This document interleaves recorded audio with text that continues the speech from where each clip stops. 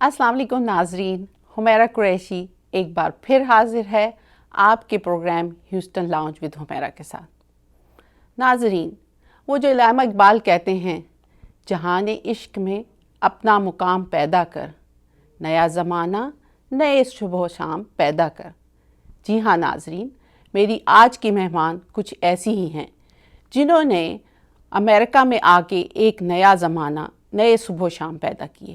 نہ صرف یہ بلکہ انہوں نے یہ بھی بتایا کہ صنف نازک نہ صرف مردوں کے شانہ بشانہ بلکہ بہت سارے سینیریوز میں مردوں سے 2 قدم آگے جا کے لیڈرشپ رول بھی ادا کر سکتی ہیں۔ تو جناب میری آج کی مہمان ہیں ڈاکٹر توصیف سلمیٰ۔ ڈاکٹر توصیف سلمیٰ جو کہ پاکستان کی پہلی عورت ہیں جنہوں نے USA سے کیمیکل انجینئرنگ جیسے مشکل شعبے میں PhD کی۔ اس کے علاوہ اس وقت وہ فلوسرو جو کہ پائپس کی دنیا کی ایک بہت بڑی کمپنی ہے، اس میں لیڈرشپ رول پہ ہیں۔ پچھلے 2 دہائیوں سے وہ کیمیکل انجینئرنگ کے بزنس میں لگاتار ایک لیڈرشپ رول میں اپنا رول ادا کرتی چلی آ رہی ہیں۔ اس سے پہلے وہ بیکر ہیوز میں تھیں، اس میں وہ کنٹری ڈائریکٹر تھیں for Trinidad and Gulf of Mexico region. اس کے بعد بیکر ہیوز میں اٹ سیلف وہ وائس پریزیڈنٹ بھی رہیں۔ ان کا پروفائل جس میں اتنی چیزیں ہیں جو میں آپ سے شیئر کروں تو شاید ہم وہی باتیں کرتے چلے جائیں، لیکن جو خاص چیدہ باتیں ہیں وہ یہ ہیں کہ انہوں نے والنٹیئر ورک بھی کیا، خاص طور پہ ڈیولپمنٹ ان لٹریسی کے ساتھ، اس کے علاوہ اوپن آرگنائزیشن کے ساتھ وہ بچوں کی تعلیم کے اوپر بہت زیادہ ایمفیسائز کرتی رہیں، تو اس میں بھی ان کے لیڈرشپ رولز تھے۔ اس کے علاوہ ان کی 20+ پبلیکیشنز ہیں جو ریسرچ میں انہوں نے شائع کی۔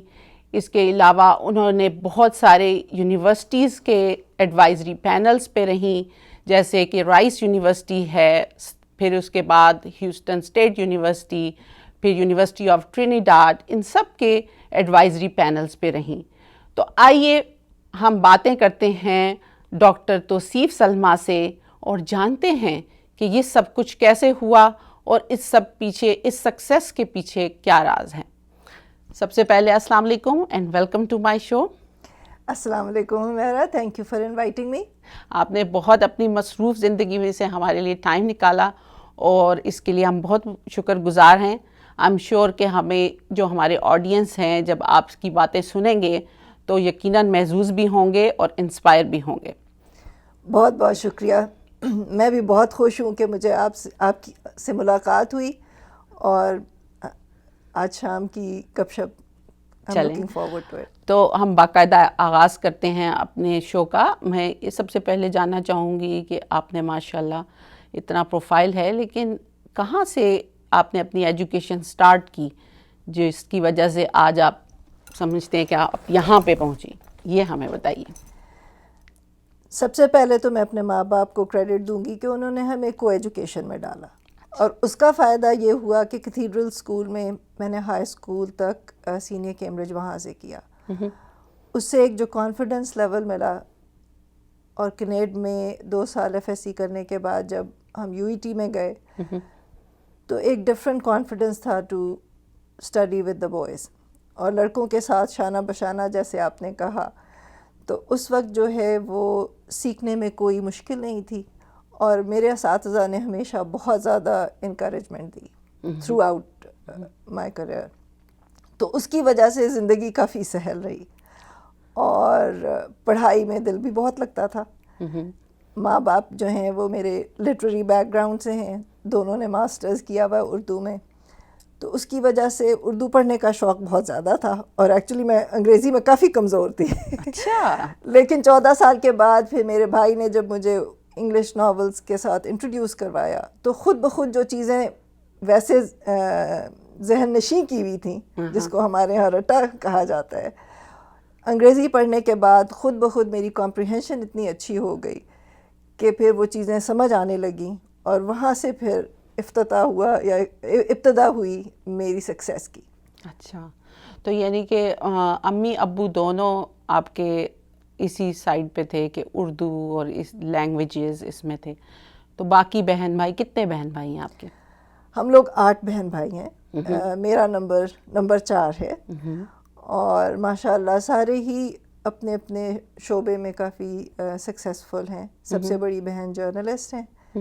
بھیا جو ہیں وہ گورنمنٹ کالج میں بزنس اسکول کے چیئر ہیں. اور اس کے بعد جو میری نیکسٹ بہن ہے وہ شی از دا CEO. انہوں نے اپنا بزنس اسٹارٹ کیا. شی از این انٹرپرنور. پھر میری باری آتی ہے اور مجھ سے جو چھوٹی بہن ہے وہ ماشاء اللہ کمپٹیشن کمیشن آف پاکستان کی چیئر پرسن ہے. ان سے چھوٹی پڑھاتی ہیں. And the next one she is the chief compliance officer for jazz. اور جو سب سے چھوٹی ہیں انہوں نے بھی PhD کیا کمپیوٹر سائنس میں. وہ UK میں ہوتی ہیں. اچھا ماشاء اللہ. یعنی سارے بہن بھائی تو آپ لوگ وہاں لاہور میں ہی ہیں ساری فیملی؟ آدھی فیملی لاہور میں ہے اور باقی 2 بہنیں جو ہیں وہ اسلام آباد میں ہوتی ہیں اور جو سب سے چھوٹی بہن ہے وہ انگلینڈ میں ہوتی ہیں. اچھا. تو بچپن کا یہ جو ساری آپ کی سکسیس تھی UET جیسے جو بیسٹ انسٹیٹیوٹ ہے انجینئرنگ کا پاکستان میں، اس میں آپ گئیں. اس کے بعد رائس یونیورسٹی تک کا سفر. تو یہ جو سب تھا یہ، اور ایک کیمیکل انجینئر، اس زمانے میں تو مطلب لڑکیاں پڑھائی بھی کم کرتی تھی، تو آپ نے اتنا مشکل فیلڈ کیسے سلیکٹ کیا؟ قسمت تھوڑی اچھی تھی اور میری کیمسٹری اس سے بہتر تھی. اچھا. سو ہائی اسکول میں ہی میرے ایڈ میتھ اور کیمسٹری دونوں میں A+ آیا تھا، جس کی وجہ سے کافی حوصلہ افزائی بھی ہوئی اور مجھے پسند بھی تھا. پاکستان میں اس وقت کریئر کاؤنسلنگ نام کی کوئی چیز نہیں ہوتی تھی. تو پہلی لسٹ پہ الیکٹریکل انجینئرنگ میں نام نہیں آیا اور میری سیکنڈ چوائس کیمیکل انجینئرنگ تھی. پہلے دن ہی ایک سینٹنس پڑھا جس میں لکھا تھا کہ chemistry is ubiquitous and chemical engineering is ubiquitous. اس کا معنی یہ ہے کہ ہر چیز میں آپ کو کیمیکل انجینئرنگ نظر آئے گی. اور وہ اتنی فیسنیٹنگ چیز تھی کہ جس کی وجہ سے میری امیجنیشن خود بخود کھل گئی اور دنیا کی ہر چیز جو ہے وہ فزکس اور کیمسٹری اور میتھ کے حساب سے آپ ایکسپلین کر سکتے ہیں. تو 4 دن کے بعد میرا نام آ بھی گیا الیکٹریکل انجینئرنگ پہ، لیکن اس وقت تک میرا ذہن بن چکا تھا کہ میں کیمیکل انجینئرنگ ہی پڑھنا چاہتی ہوں. اچھا. And I was roll number 1. تو وہ اس وقت سے وہ جرنی کافی ریوارڈنگ رہی. تو یہ دیکھیں رول نمبر بڑے یاد رہتے ہیں نہیں؟ رول نمبر تو 852 تھا لیکن I was the first one in the class. تو اس کی وجہ سے رول نمبر 1 ہی سمجھا جاتا تھا وہ. لیکن اصل موٹیویشن اس سینٹنس کی تھی اور اس سبجیکٹ سے فیسنیشن اتنی بڑھ گئی تھی کہ پھر اگلے 4 سال کا پتہ ہی نہیں چلا. تو پیرنٹس جو تھے وہ آپ کے اس ڈیسیژن میں ساتھ تھے کہ ٹھیک ہے کیمیکل انجینئرنگ کر لو؟ ہاں، ہمارے اماں ابا نے بہت زیادہ سپورٹ کیا. جو جس کا رجحان تھا اس طرف پڑھنے دیا اور اس کی وجہ سے ہم سب نے اپنے اپنے ڈسپلنس خود سلیکٹ کیے اور اسی میں ایکسل بھی کیا. اچھا. وہ جو ایک سہولت تھی اس سے بہت فائدہ ہوا. اچھا. تو آپ کیا سمجھتی ہیں کہ کوئی فیملی میں کوئی ایسا تھا جو آپ کا رول ماڈل ہے؟ رول ماڈل میری 2 بہنیں جو ایک میرے سے بڑی ہیں. شی از مائی رول ماڈل فار جنراسٹی اور وہ مجھ سے زیادہ اچھی انجینئر ہیں. ایون دو شی اسٹڈیڈ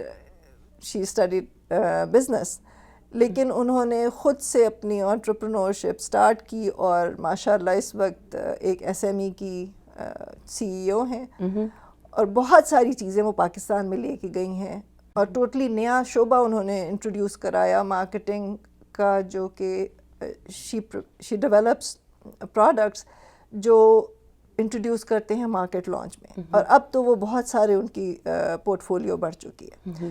جو میرے سے چھوٹی بہن ہے شی از اے لائر اور ان کی جو چیز مجھے بہت فیسنیٹ اور پسند میں کرتی ہوں وہ ان کا کریج ہے. بہت زیادہ کلیئرٹی آف مائنڈ اور کسی سے ڈرتی نہیں ہے اور جس چیز پہ ایک کمٹمنٹ لے لیں تو she says it through independent of the odds. تو اس سے ایک جو فیئرلیسنس ہے اٹس امیزنگ اینڈ انسپائرنگ. اچھا. تو ویری گڈ. یعنی فیملی میں ہی آپ کو ایسے رول ماڈل ملے جس کی وجہ سے آپ آگے بڑھتی چلی گئی. ڈیفینیٹلی. تو یہ بتائیے کہ آپ جو ہے سمجھتی ہیں کہ اتنی گلوبلی آپ نے جو آپ کے ریسورسز ہوں گے ان کمپنیز میں جن کو آپ لیڈ کرتی رہیں وہ بہت ہی ڈائیورس تھے سب. تو یہ, اور آپ ایک پاکستانی بھی تھیں and you are a woman also, تو یہ کیسا چیلنج تھا؟ شروع میں مجھے اپنے صنف نازک ہونے کا کچھ خاص اندازہ نہیں تھا یہاں پہ آ کے خاص کر, کیونکہ کو ایجوکیشن میں شروع سے پڑھا تھا. یو ای ٹی میں تھوڑا شوق ملا تھا بیکاز لڑکیاں بہت کم تھیں. لیکن جب یہاں پہ آئے تو پہلے سال ایک کلاس میٹ نے آ کے سمجھانے کی کوشش کی کہ because you are a woman it is okay for you to feel the qualifiers. تو اس وقت پہلی دفعہ شوق ملا کہ یہ کیسے ہو سکتا ہے کہ جسٹ بیکاز کہ میں عورت ہوں تو میرے لیے اٹس فائن کہ میں فیل ہو جاؤں. تو میں اس کی شکل دیکھوں, میں نے کہا کہ آر یو آر رائٹ؟ اور اس نے کہا کہ ہاں دیکھو نا, تم ایشیا سے ہو, تمہیں کیا ضرورت ہے, تمہیں تو کام کرنے کی بھی ضرورت نہیں ہوگی. اور اتفاق ایسا تھا کہ دو دن کے بعد جب رزلٹ آیا تو of course I had perfectly clear the exams. تو اس وقت تھوڑا سا شوق ملا تھا مجھے. پھر جب 3 سال کے بعد اوور آل 4.5 سال میں نے پی ایچ ڈی ختم کیا رائس سے, تو جب میں نے ورک فورس جوائن کیا اس وقت ان کو یہ کنسرن تھا کہ بینگ اے وومن کیا یہ آف شور جا سکتی ہے, کیا یہ فیلڈ میں کام کر سکتی ہے. اور دوسری چیز جو ان کے لیے پریشان کن تھی وہ میری ایڈوانس ڈگری تھی. اکثر جو ہے وہ عورت سے زیادہ میری ایڈوانس ڈگری جو ہے وہ اکثر لوگوں کو پریشان کرتی ہے کہ کیا میں عام انسانوں سے بات کر سکتی ہوں, کیا میں ان کو سمپل میسج میں کنوے کر سکتی ہوں. اور اتفاق ایسا ہوا کہ اس وقت جو ہے وہ انہوں نے 4-5 P H D chemical engineers کو ہائر کیا. اور اگر آپ 20 سال کے بعد دیکھیں تو جو مجھے اپرچونیٹیز ملیں وہ کافی زیادہ تھیں, اور سب سے زیادہ باہر آف شور اور باہر کی کنٹریز میں میں نے ٹریول کیا. تو عورت ہونے کے ناطے مجھے بیریئرز اس وقت نظر نہیں آئے, کیونکہ ساتھ ساتھ جہاں پہ لوگ شک کرتے تھے کہ میں نہیں کر سکوں گی, انہی کے برابر وہی لوگ بیٹھے تھے جنہوں نے بہت انکریجمنٹ بھی دی. And it is those mentors that I owe it, کیونکہ انہوں نے ہر طرح سے جو ہے وہ انکریجمنٹ کے ساتھ ساتھ اپرچونیٹیز دیں اور ٹریننگ دی اور گائیڈنس دی. اور پھر کانفیڈنس آتا ہے جب آپ کو کام سمجھ میں آتا جائے. وہ ایک جنرل کانسیپٹ ہے کہ جو پی ایچ ڈی کرتے ہیں they are meant for academia only, they are over qualified to work for private sector. ایک جنرل کانسیپٹ ہے یہ, تو اس کا مطلب ہے this is more of misconception. Absolutely. In reality P H D سے جو آپ کو سب سے پہلے چیز ملتی ہے وہ سوچنے کی صلاحیت, اور اس سے بھی زیادہ کرٹیکل تھنکنگ, انالیسس کی جو کیپیبلٹی ہے. اور آج بھی جو دنیا کی لیڈنگ فرمز ہیں انکلوڈنگ فلوسرف جو کہ پمپس, ویلز اور سیلز بناتی ہے, یا بیکر ہیوز جو پچھلے 100 سال سے اپنے کام میں اچھا کام کر رہی ہے, ان ساروں میں جو مین بریک تھروز آتے ہیں وہ ریسرچ کے تھرو آتے ہیں. موسٹ کمپنیز جو کہ آج لیڈنگ کمپنیز ہیں ان میں پی ایچ ڈیز کام کر رہے ہیں, کیونکہ اس کے لیے آپ کو ضروری ہے کہ آپ کو ڈومین نالج آتی ہو جس کو آپ نئی چیز انوینٹ کرنے کے لیے استعمال کرتے ہیں. سو یہ تو ایک مسکنسیپشن ہے کہ پی ایچ ڈی جو ہے وہ صرف ایکڈیمیا کے لیے. اٹ از ڈیفینیٹلی یوٹیلائزڈ ان ایکڈیمیا, لیکن اس کے علاوہ جو میجر کارپوریشنز ہیں اور ان میں جو انوویشن ہو رہی ہے وہ ساری اختراعات آ رہی ہیں آپ کی سوچ کی اختراع سے. اس کے بعد جو ہے وہ اس کو ایگزیکیوٹ کرنے کے بعد آپ کوئی نئی سولوشنز لے کے آتے ہیں. اچھا, تو آپ کو لگتا ہے کہ اگر آپ یو ایس اے کے بجائے کسی اور کنٹری میں ہوتی, لیٹس سے یورپین کنٹری میں ہوتی, تو وہاں بھی آپ کا جو ایکسلریشن تھا ٹورڈز یور کریئر اور گروتھ اسی طرح سے ہوتی, یا یہ اٹ از بیکاز ہم یو ایس اے میں رہتے ہیں وچ از اے لینڈ آف اپرچونیٹی اور یہاں پہ اتنی ڈائیورسیفائڈ لوگ ہیں تو اس وجہ سے بھی جو ہے یہ ایزی رہا؟ ہاں, میں اس چیز پہ پورا بلیو کرتی ہوں کہ America is a land of opportunity. جتنی مجھے یہاں پہ راستے ملے اور ہر طرح سے ملتے گئے, اور جتنی انکریجمنٹ ملی اس کے علاوہ freedom of thought and freedom of action I certainly experience کہ یہاں پہ بہت زیادہ تھا. جبکہ میں یورپ میں بہت ٹریول کیا اور وہاں پہ میری ٹیمز بھی تھیں, یو کے میں بھی, جرمنی میں بھی, اور اب تو بہت سارے شہروں میں اور ملکوں میں. لیکن جو میں دیکھتی ہوں کہ جو عورت کی آزادی امریکہ میں ہے وہ ڈفرینٹ ہے, اور یہاں پہ لیڈرشپ رولز میں کافی زیادہ آپ کو اپرچونیٹیز ملتی ہیں. یورپ میں اب بہت چینج ہو گیا ہے, پچھلے 20 سال میں ان کے ہاں اویئرنیس زیادہ ہے فار جینڈر ایکوٹی, تو وہ اب کافی انسسٹ کرتے ہیں کہ عورتوں کو بورڈ لیول پہ اور سینئر لیڈرشپ لیول پہ انکریج کریں, اور آلسو دے ریکوائر اٹ. ان کے ہاں انویسٹمنٹ نہیں دیتے ہیں جب تک کہ عورت جو ہے وہ سینئر پوزیشنز میں نہ ہو. تو اب چینج ہو گئی ہیں چیزیں یورپ میں, اب اتنی ہی سہولیات ہیں. That's very good. تو ابھی تھوڑی سی بریک لیتے ہیں ناظرین, اور بریک کے بعد پھر واپس آتے ہیں, سلسلہ شروع کرتے ہیں. آپ یہی رہیے گا, ڈاکٹر توصیف سے ایک بار پھر بات کریں گے.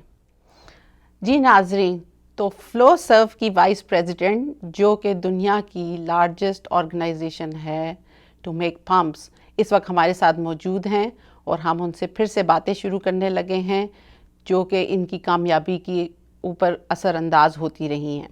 تو چلیے کچھ تصویریں دیکھتے ہیں جو کہ ہمیں بتائیں گی کہ ان کا بچپن اور بہت ساری بیک گراؤنڈز کیسی تھی.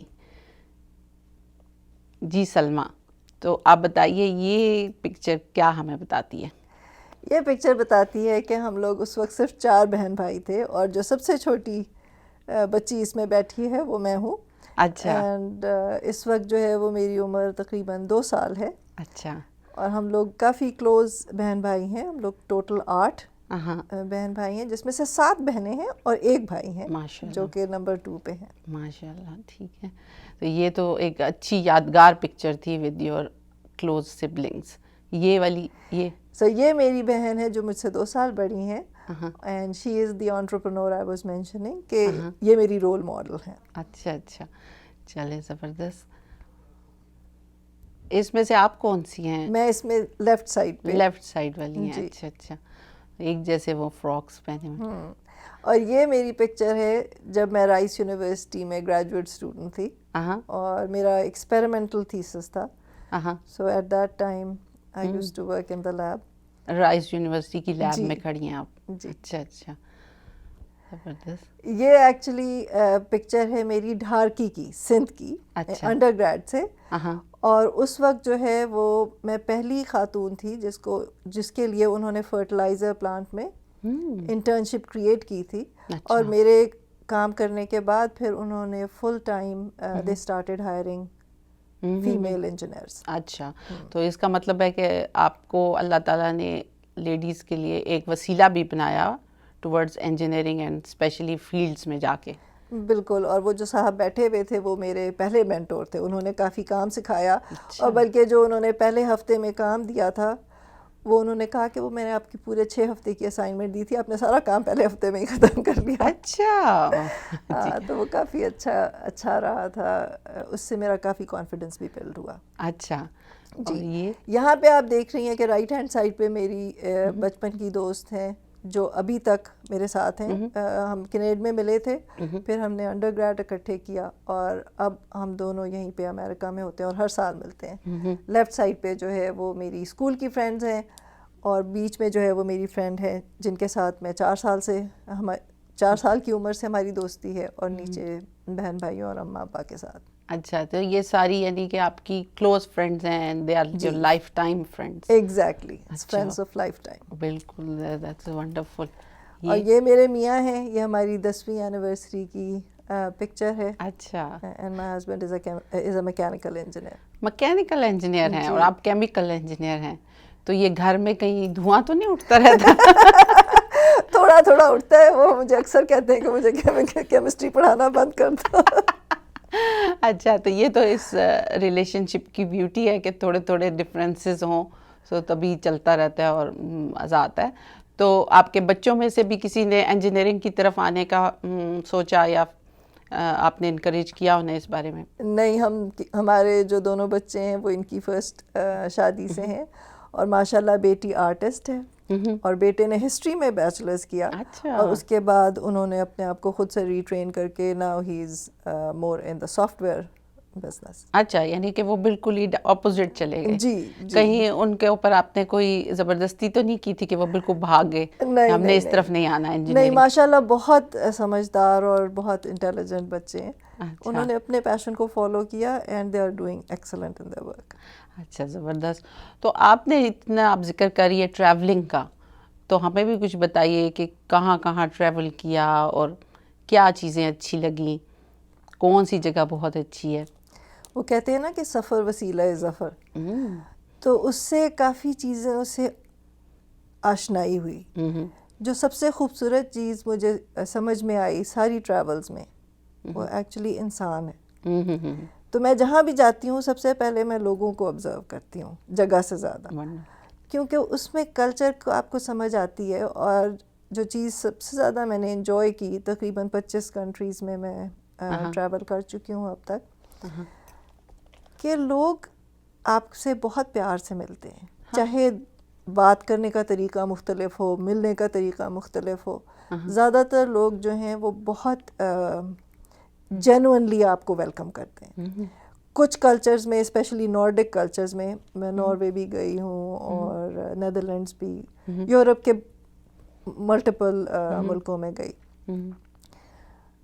ہر جگہ کا سلائٹلی ڈفرینٹ بیہیویئر، ڈفرینٹ کیوزینس، لیکن وہ آپ سے بہت پیار سے ملنا چاہتے ہیں کیونکہ ہر کوئی جو ہے وہ اپنے ملک کا امبیسڈر ہے and they want you to take a positive impression. جس جگہ سے میں سب سے زیادہ فیسنیٹ ہوئی تھی وہ شروع میں وینیزویلا تھا. اس قدر خوبصورت ملک ہے، اور میرے ابھی تک بہت سارے فرینڈس ہیں جو وینیزویلنز ہیں. It's a fascinating country. اچھا، اٹس جسٹ انفارچونیٹ کہ اب جو ہے وہ ان کی پولیٹیکل چیلنجز اور اکنامک چیلنجز سے ختم ہو گیا، ورنہ جیوگرافکلی اور سینکلی سب سے خوبصورت جگہ.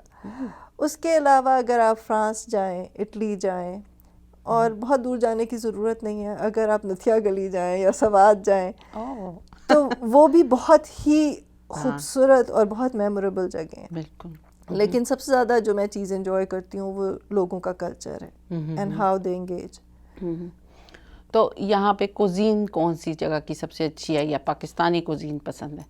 پاکستانی تو ڈیفینیٹلی پسند ہے، لیکن جو کوزین مجھے سب سے پسند ہے وہاں تک ابھی گئی نہیں ہوں، وہ تھائی کوزین. اچھا، اس میں بہت خوشبو اور فلیور ہوتا ہے. شاید it's closest to Pakistani cuisine, لیکن تھائی کوزین کا جو کوکونٹ ملک ہے اور جو اس میں بیزل تلسی کی جو خوشبو ہے وہ بہت انجوائبل ہوتی ہے.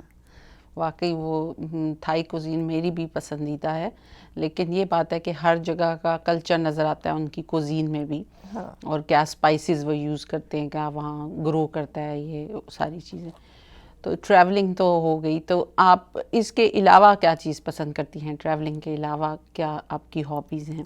سو ٹریول میں جو ایک چیز میں کرتی ہوں وہ میں میوزیمز جاتی ہوں، کیونکہ اس سے آپ کو اس جگہ کی ہسٹری اور اس کے کلچر کی ڈفرینٹ پرسپیکٹیوز ملتے ہیں.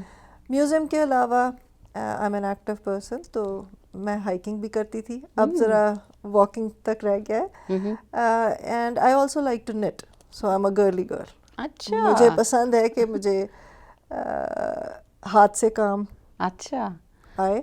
تو بچپن میں جو ہے وہ کروشیا بھی سیکھا اور کڑھائی بھی سیکھی اور نیٹنگ بھی سیکھی. تو شروع میں میں اپنے بھانجے بھانجیوں کے لیے سویٹرز بناتی تھی. ہاں، پورا سویٹر بناتی تھی. اب جو ہے وہ صرف 2 چھوٹی نیسز رہ گئی ہیں تو ان کے لیے بناتی ہوں. یعنی کہ آپ کے ڈائیورس قسم کے شوق ہیں. ایک طرف ہائکنگ ہے جو کہ بالکل ایک صحیح جیسے کہتے ہیں بوائش جو ہے ہیبٹ ہے، اور ایک طرف ہے نیٹنگ جو کہ بہت ہی گرلی ہے. تو اس means you have a diversified kind of personality. تو ماشاء اللہ ہائکنگ میں کون سی ہائک تھی جو آپ سمجھتی ہیں کہ بڑی انٹرسٹنگ تھی؟ ایکچولی جو سب سے خوبصورت تھی وہ میں گئی تھی کالام، اور گئی بھی میں اپنی پھوپھی کے ساتھ تھی، وہ لے کے گئی تھی. تو تقریباً ہم نے 7 میل جو ہے وہ ایک دن میں کور کیا تھا.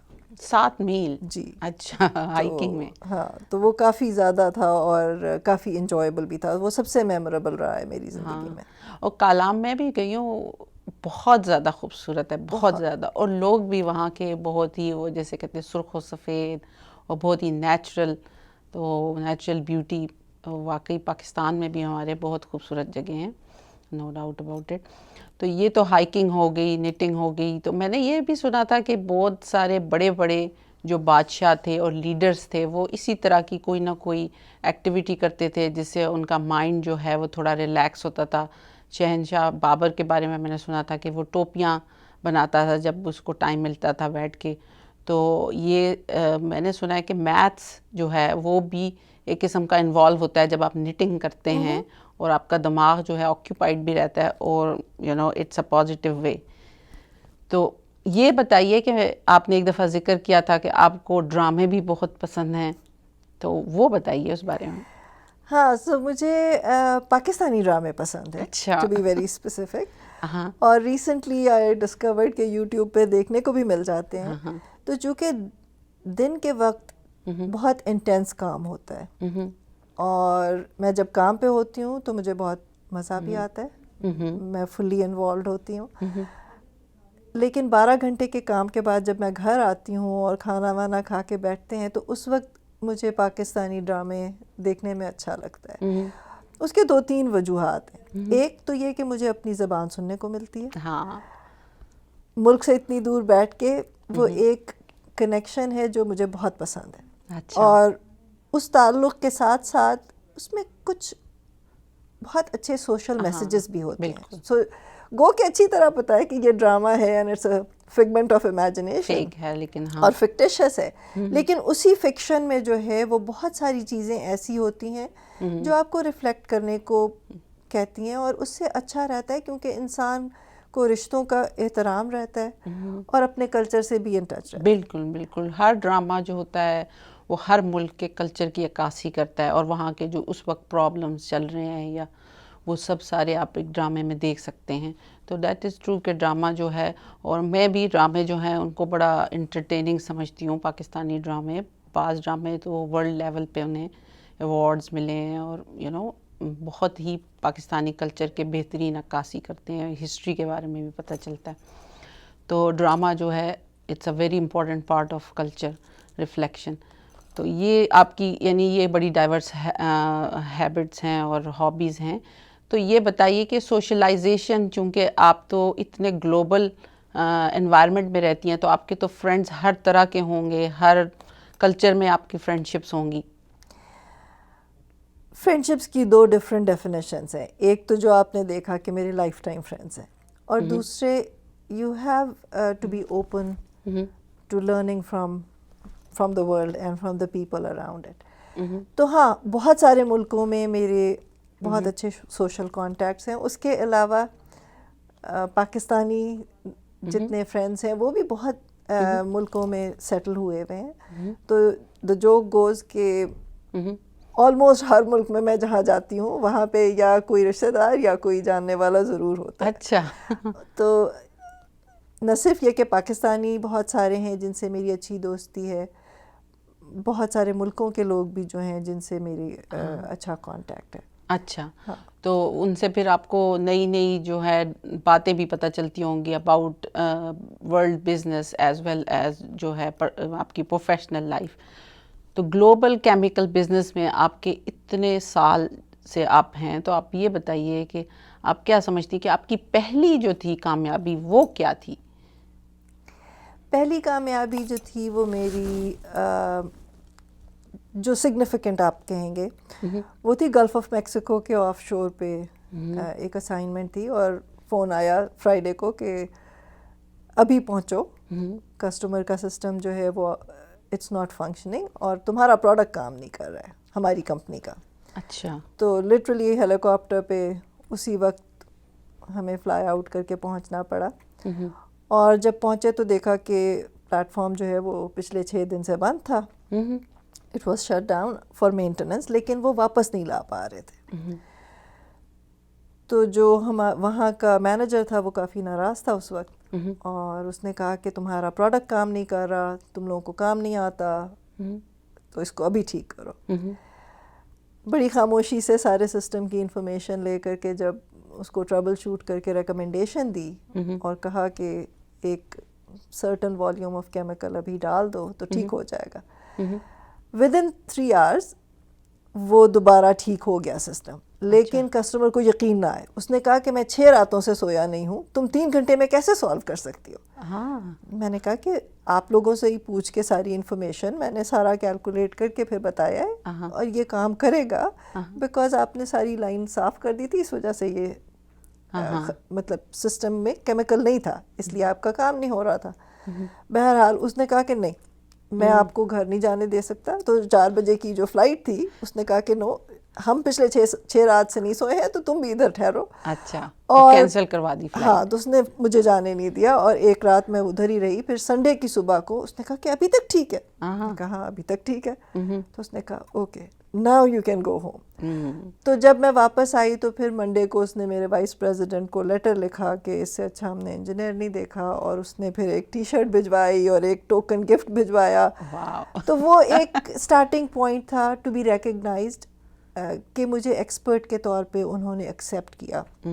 اس کے بعد سے پھر کافی اس طرح کے انسٹنسز ہوئے جس میں جب بہت مشکل اور کمپلیکس سسٹمز تھے تو وہ جس کو کہتے ہیں نا فرمائشی پروگرام آتا تھا کہ اسی کو بھیجیں.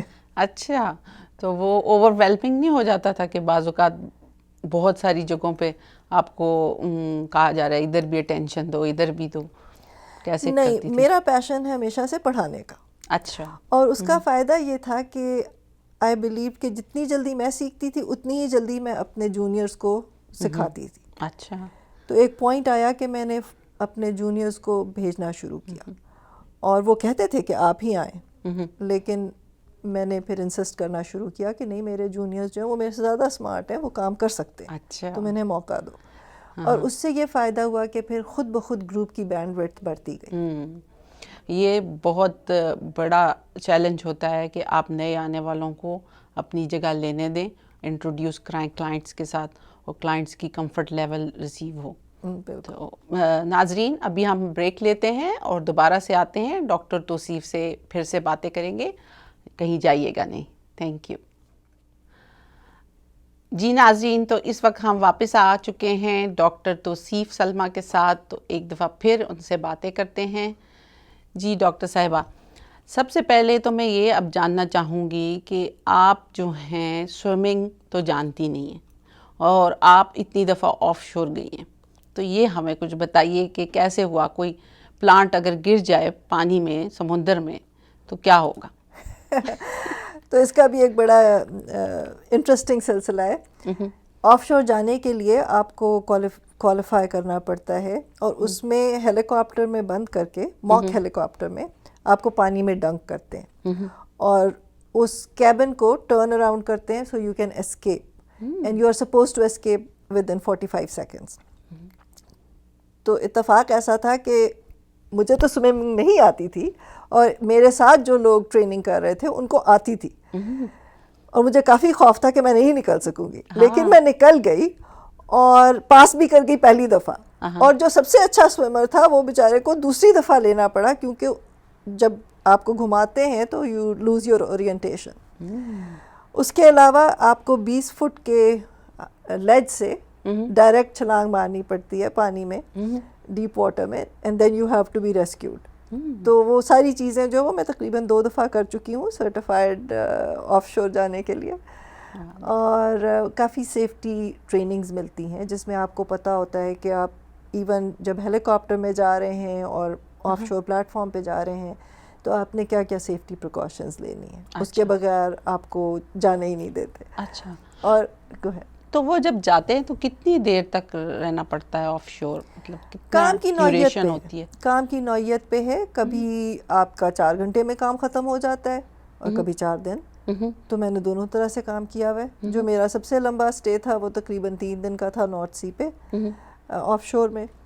اس کے علاوہ زیادہ تر میری کوشش ہوتی تھی کہ میں جلد از جلد کام ختم کروں اور صبح کی فلائٹ سے جا کے رات کو واپس آ جاؤں. اچھا, تو وہ جو کہتے ہیں کہ بہت زیادہ سکنس ہو جاتی ہے اتنے اندر سمندر میں, وہ ہوتی کبھی ایکسپیرینس کی؟ ایک دفعہ ہوئی ایکچولی, اس میں لوئزیانا میں گلف آف میکسیکو میں گئی اور بوٹ میں جا رہے تھے. پہلے بوٹ سے گئے, ہیلی کاپٹر سے نہیں گئے. تو بوٹ کی موومنٹس ایسی ہوتی ہیں جس میں سر کافی چکراتا ہے. تو جب میں پلیٹ فارم پہ پہنچی تو یہ ایک غلط فہمی ہے لوگوں کو کہ آپ عورت ہیں تو آپ کو مرد کی طرح بیہیو کرنا چاہیے. مجھے ایسی کوئی ضرورت محسوس نہیں ہوئی. میرا سر واقعی چکرا رہا تھا اور میں نے فوراً اپنے ٹیم ممبر کو کہا کہ مجھے رسی باندھو کمر سے, اور دوسری سائڈ سے انہوں نے رسی پکڑی. میں نے کہا میرا ہاتھ پکڑ کے کھینچو کیونکہ میرا اس وقت سر گھوم رہا ہے اور ویوز کافی زیادہ تھیں. تو آپ کو اتنی ٹریننگ ضرور دی ہوتی ہے کہ آپ اپنی حفاظت خود کر سکیں, اور جب آپ کو ضرورت ہو تو آپ اپنے ٹیم ممبرس کی ہیلپ لے سکیں. تو مجھے کوئی شوق نہیں تھا کہ میں اس وقت پروو کرتی کہ میں بہت بڑا ٹام بوائے ہوں اور میں چھلانگ مار سکتی ہوں, کیونکہ اس وقت آلریڈی جو ہے وہ سر گھوما ہوا ہے آپ کا, اور آپ نے جو ہے وہ ویوز کے ساتھ ایک بوٹ سے اٹھ کے دوسرے پلیٹ فارم پہ پاؤں رکھنا ہے. اچھا, تو there is a safety procedure for that. اچھا, تو میں نے جو ہے وہ اس کو اویل کیا. تو یہ جو آپ کی اس وقت کرنٹ کمپنی ہے فلو سرو, جو پمپس اور ویلوز کے بزنس میں ہے, تو اس میں کیمیکل انجینئر کا کیا رول ہے اس لیول پہ؟ سب سے انٹرسٹنگ بات یہ ہے کہ جب میرے سی ای او نے مجھے ہائر کیا تو میں نے اسے پوچھا کہ میں تو کیمیکل انجینئر ہوں تو مجھے کیوں لینا چاہتے ہیں. تو انہوں نے کہا کہ میں چاہتا ہوں کہ تم آؤ اور میری کمپنی میں انوویشن کرواؤ. اب جب کہ انرجی ٹرانزیشن آ رہا ہے, آپ پوچھ رہی تھیں تھوڑا پہلے کہ آئل اینڈ گیس ابھی بھی امپورٹنٹ ہے کہ نہیں ہے. ہاں ابھی بھی امپورٹنٹ ہے, لیکن جیسے جیسے اگلے 10 سال گزریں گے تو سولر اور ونڈ ایز ویل ایز ہائیڈروجن ان کی امپورٹنس بڑھتی جائے گی. اور کیمیکل انجینئرنگ میں نے آپ کو کہا تھا یوبیکوٹس ہے, جس کا مطلب ہے کہ وہ ہر چیز میں اپلائی ہوتی ہے.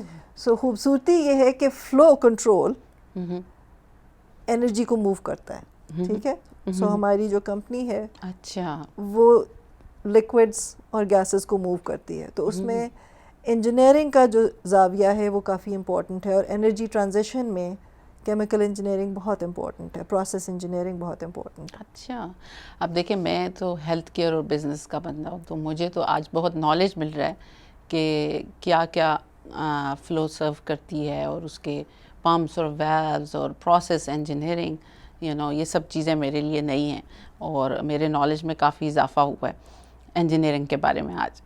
تو اب یہ بتائیے مجھے کہ یہ تو ہو گئے انجینئرنگ سے ریلیٹڈ ساری چیزیں, تو پرسنل لائف میں کبھی آپ نے انجینئرنگ انوالو کرنے کی کوشش تو نہیں کی؟ گھر میں جیسے کوئی سوئچ خراب ہو گیا تو میں انجینئر ہوں, میں کر لوں گی, اس طرح کی کوئی؟ تھوڑا بہت کرتی تھی. جب میری شادی نہیں ہوئی تھی تو میرا بیسک اصول یہ تھا کہ وہی چیز خریدو جو خود اسمبل کرنی آتی ہو.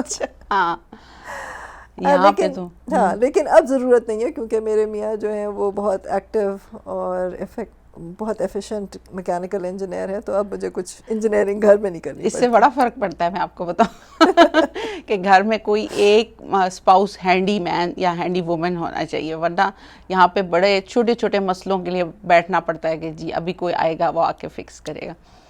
اچھا یہ بتائیے کہ آپ والنٹیئر ورک بھی کرتی رہی ہیں, ڈیولپمنٹ ان لٹریسی اتنی ریپیوٹیبل آرگنائزیشن ہے, پھر اوپن کے ساتھ, وہ جو ہے وہ ہمیں بتائیے اس بارے میں کہ کیا آپ کا والنٹیئر ورک تھا اور کیا؟ So it was a conscious choice. جب میں بہت زیادہ کام میں مصروف ہو گئی اور اتنا زیادہ ٹریول کرتی رہی تو ایک پوائنٹ آیا جب میں نے سوچا کہ میں لوگوں سے نہیں مل رہی ہوں, صرف کام میں ہی مصروف ہوں, اور ہاں ٹریول کے تھرو کچھ لوگوں سے ملتی تھی. تو اس وقت اتفاق ایسا تھا کہ میرے ایک اپنے کولیگ تھے, انہوں نے مجھے دل سے انٹروڈیوس کروایا. اچھا. اور وہ بہت ہی خوبصورت اتفاق تھا اور بہت پازیٹیو اس سے میری زندگی میں چینجز آئے. کیونکہ نان پروفٹ میں کام کرنے سے ایک تو یہ احساس ہوا کہ دنیا میں بہت سارے لوگ ہیں جن کو آپ کے اچھے کام سے فائدہ ہو سکتا ہے. دوسرے it was directly link to Pakistan, اور مجھے چونکہ سب سے زیادہ زندگی میں بینیفٹس ملے میری ایجوکیشن کی وجہ سے, اس کی ویلیو مجھے بہت زیادہ ہے. اور ڈیولپمنٹس ان لٹریسی کی ساری کمٹمنٹ ہی رورل ایریاز میں بچیوں بچیوں کی ایجوکیشن پہ تھی. تو اس میں میں نے 5 سال کام کیا اور بہت اچھے نفیس لوگوں سے ملاقات ہوئی, اور یہ سمجھ میں آیا کہ زندگی میں giving forward really makes a difference. تو اس میں پرپز کی ایک ریئلائزیشن ہوئی, اور واپس اپنے ملک سے جو لنک تھا وہ بحال ہوا ان اٹس فل انٹینسٹی.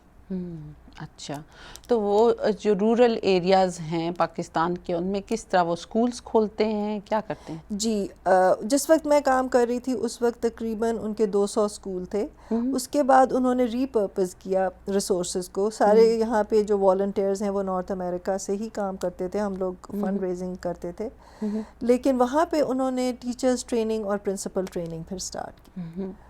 تو اس کی وجہ سے اب اسکیلیبلٹی بڑھ گئی ہے. بجائے اس کے کہ آپ صرف برک اینڈ مارٹر کا اسکول کھولیں, آپ ٹیچرز کو ٹریننگ پہنچا دیں, جس سے کہ آگے بچوں کا خود بخود فائدہ ہوتا ہے.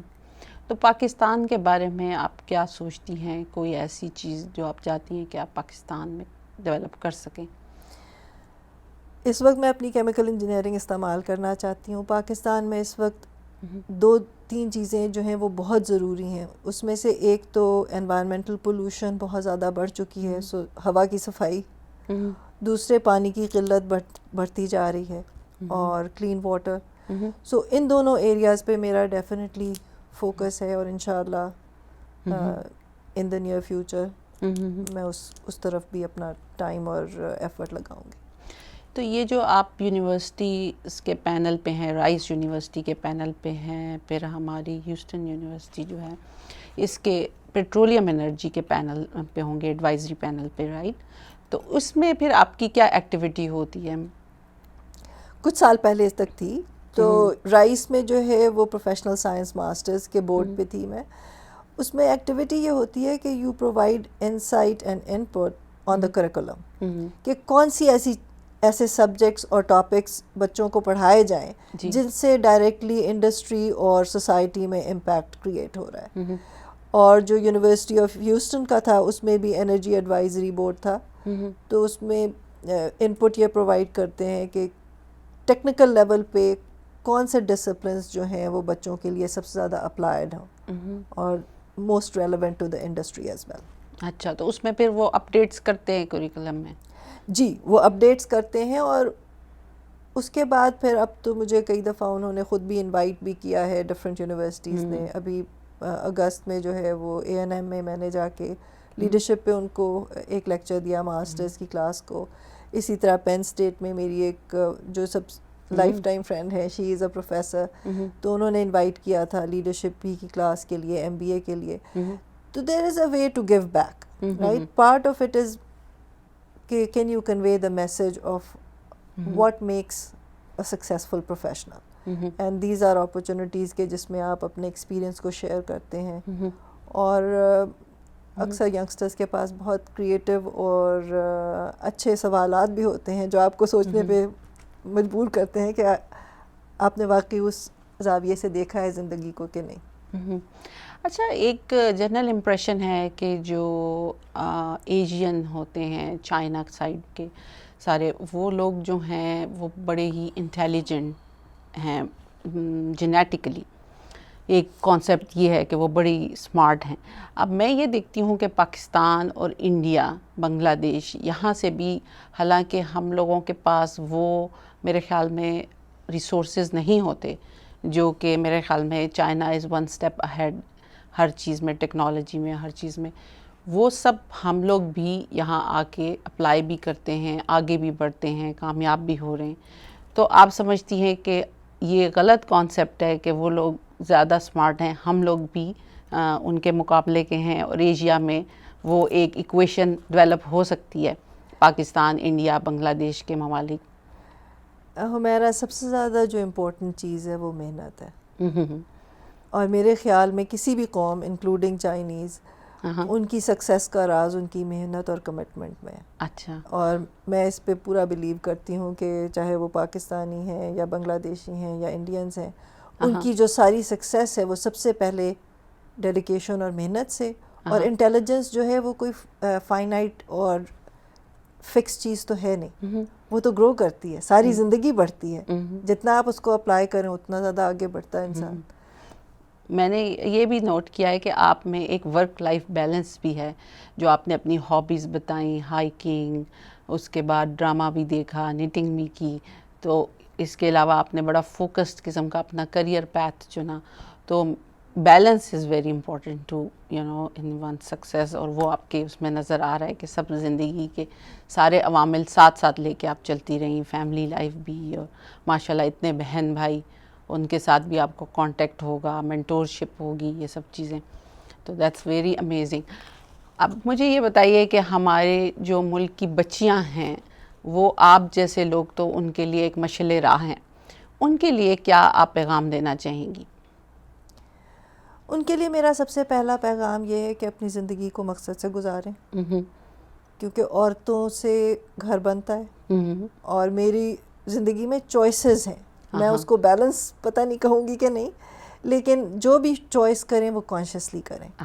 اور سیکنڈلی کہ یو کین ڈو آل. میں نے آپ کو جو 2 بتائی تھیں اپنی رول ماڈلز، وہ میری رول ماڈلز اس لیے ہیں کہ انہوں نے چوائسیز کی ہیں، اور اس کے ساتھ ساتھ وہ فیملی، ان کی فیملیز بھی ہیں، ان کے دوست بھی ہیں، اور وہ ماں باپ کا بھی خیال کرتے ہیں، سسرال کا بھی خیال کرتے ہیں، اور سوسائٹی میں بھی کنٹریبیوٹ کرتے ہیں. تو وہ ساری چیزیں دے آر ویری پاسبل، لیکن اس کے لیے کانشیسنیس چاہیے، اور چوائسیز جو آپ اپنے ڈیلیبریٹ اس سے کریں. جی، یعنی آپ ایک ماں بھی ہیں، بہن بھی ہیں، بیٹی بھی ہیں، بیوی بھی ہیں، اور اس کے علاوہ آپ ایک سکسیزفل پروفیشنل بھی ہو سکتی ہیں، چاہے آپ انجینئر ہوں، ڈاکٹر ہوں. It's not an either or choice, it's an and proposition.